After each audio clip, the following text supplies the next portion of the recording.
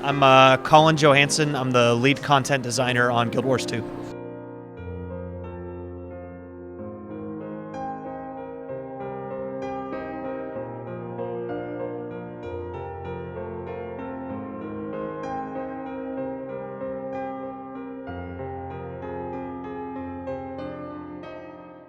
Yeah, so the big new stuff this year for Guild Wars 2, the really big thing is we brought competitive PvP for the first time, and that's playable down on the show floor. I know you've played a little bit of it, and that's our 5-on-5 competitive PvP. It goes up to actually 10-on-10 PvP. Matches can have up to 20 people in them.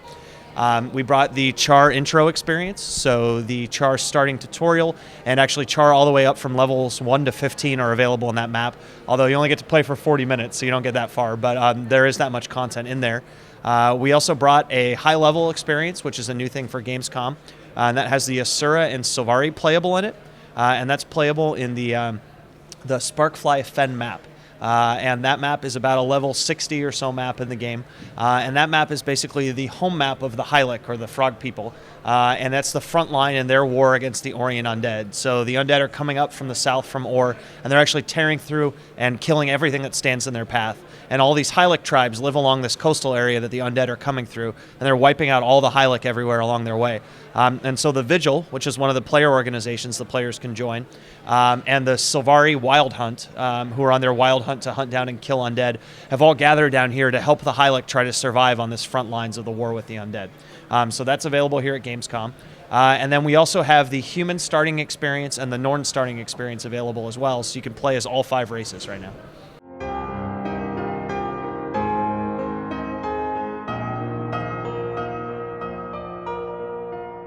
I don't know if I can go into all the details. We might be here for a really long time, but I'll go into kind of the high-level stuff that we've talked about so far.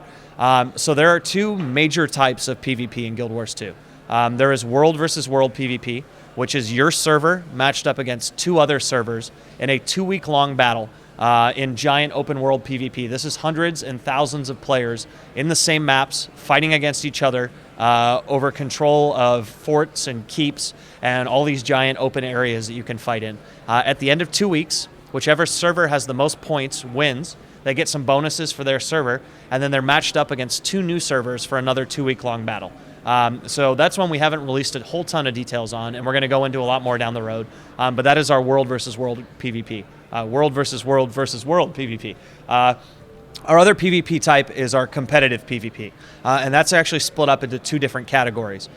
So the competitive PvP we have here playable this weekend is our hot joinable PvP, and that actually is you go in and you open up a server browser, and that shows you a list of all the games that are currently running, and it has a count of the number of people currently in each game, the max number of people that are allowed, and you can just select a game and jump right into it right in the middle of the action. When the round ends, the game restarts. It rematches the teams based on how well each person did the last match to try to make even teams, and the next round begins right off the bat. Those games take about 5 to 10 minutes or so, and then they just start up again with the winners going. Shows a score at the end of who did the best on each team. Everything you would expect to find out of a great PvP game, we have all of that there in our competitive PvP. So that's the hot joinable version where you can just join in whenever you want. Then there is also ranked play. And ranked play comes in the form of tournaments, where there are tournaments as small as 4 teams or much larger tournaments that have tons of teams in them. And those tournaments have big prizes that you get at the end for winning them. And there's tournaments running all the time throughout the day and every day of the week and on the weekends that you can win different prizes and enter your teams into. And the tournaments are 5-man teams, and they're 5-on-5 competitive PvP. So that's kind of a high-level overview of how PvP works in Guild Wars 2.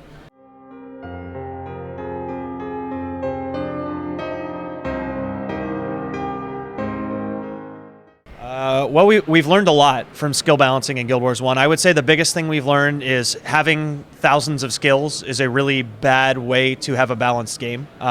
It's very hard to balance everything when you have that many skills and that many variables you constantly have to keep track of. And it's one of the reasons why we've simplified down the skill system a little bit and layered in the complexity rather than make it just sheer the volume of skills that you have to deal with. So Guild Wars 2 has less skills that you need to deal with at any specific time, but it has more complex ways that you can use those skills. And for us, that's a better way to handle that skill system. It allows us to balance the skills better, We know exactly what skills can be available to you at any given time. We know how they can combo with other skills. So it's much simpler. There are no secondary professions, so we don't have to account for how does a warrior and a ranger combo together skill-wise. Instead, it's just how do we balance a warrior versus how do we balance a ranger versus an elementalist. It's much easier for us to balance that, and that's a huge lesson that we learned from Guild Wars 1 for balance.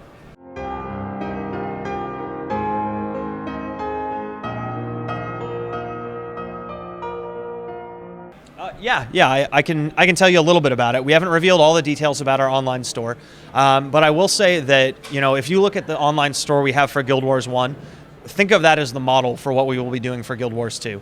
We don't believe in selling items in our online store that increase your power as a character. The stuff that's going to be sold in our store will be purely cosmetic, bonus items, nothing that you would need to have to play the game, nothing that would make you more powerful than another character. It's going to be outfits that you can wear in town. It's going to be, potentially some extra content that you could get. We haven't decided if we're going to do that or not, but it's going to be absolutely nothing that you need to play the game and nothing that will make you more powerful than anyone else.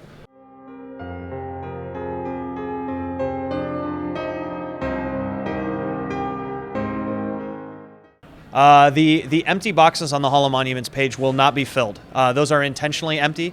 The reason we did that is we wanted people who play Guild Wars 1 and who played it a bit, who didn't play a ton of it, to feel like there were a bunch of rewards they could get from there. And then we wanted to kind of have, the bulk of the rewards that you can get for players who played the game a good bit or played it a lot. And then we wanted to have some extra rewards there at the end for people who are really into it.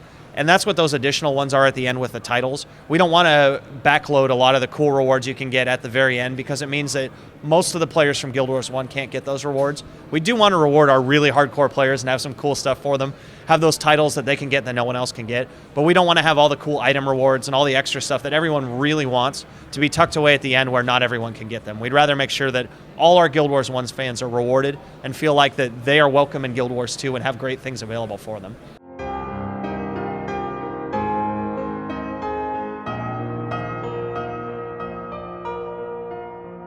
There might be. I'm not going to promise if either of them will be in there, but we know people like those. I will say our crafting system will probably have a lot more rare materials because we have a lot of different crafting professions. We have a much more involved crafting system than we did in Guild Wars 1. And with such a robust crafting system, we're going to need a lot of rare materials. It's entirely possible those might be two of them.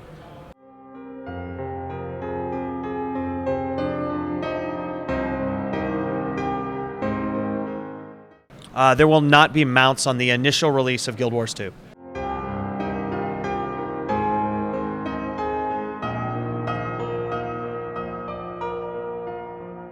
Yes, there will be.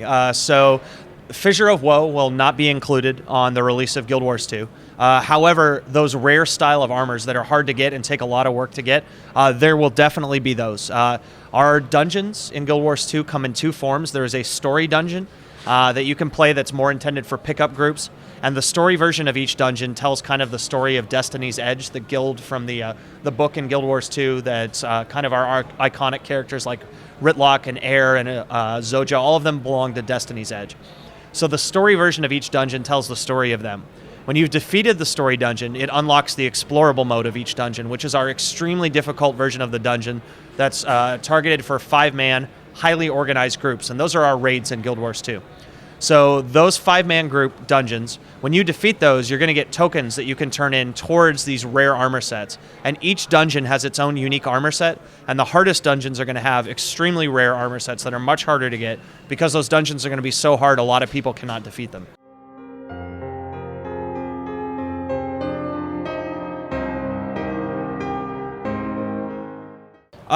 So those elite areas have basically become our dungeons now.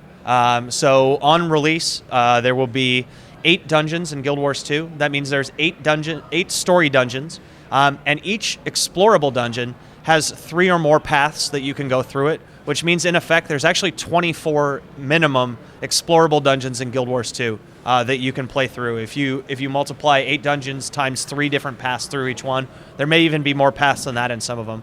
And we're going to continue to keep adding more content to the game and adding more dungeons, but those are intended to be our really elite areas.